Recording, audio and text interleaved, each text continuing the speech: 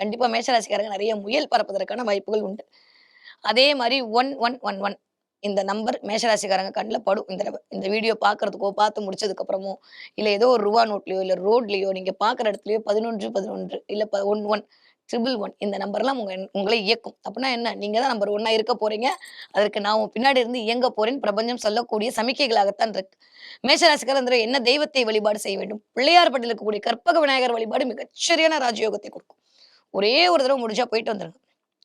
அவர மாரி இந்த தடவ உங்களுக்கு அனுகிரகம் பண்றதுக்கு வேற யாரும் வரமாட்டாரு. ஸோ விநாயகர் வழிபாடு 5ஆம் இடத்துல வர கேது ரொம்ப நல்ல பொசிஷனுக்கு போறாரு. அவருடைய சொந்த நட்சத்திரத்துக்கு சாரம் வாங்க போறாரு.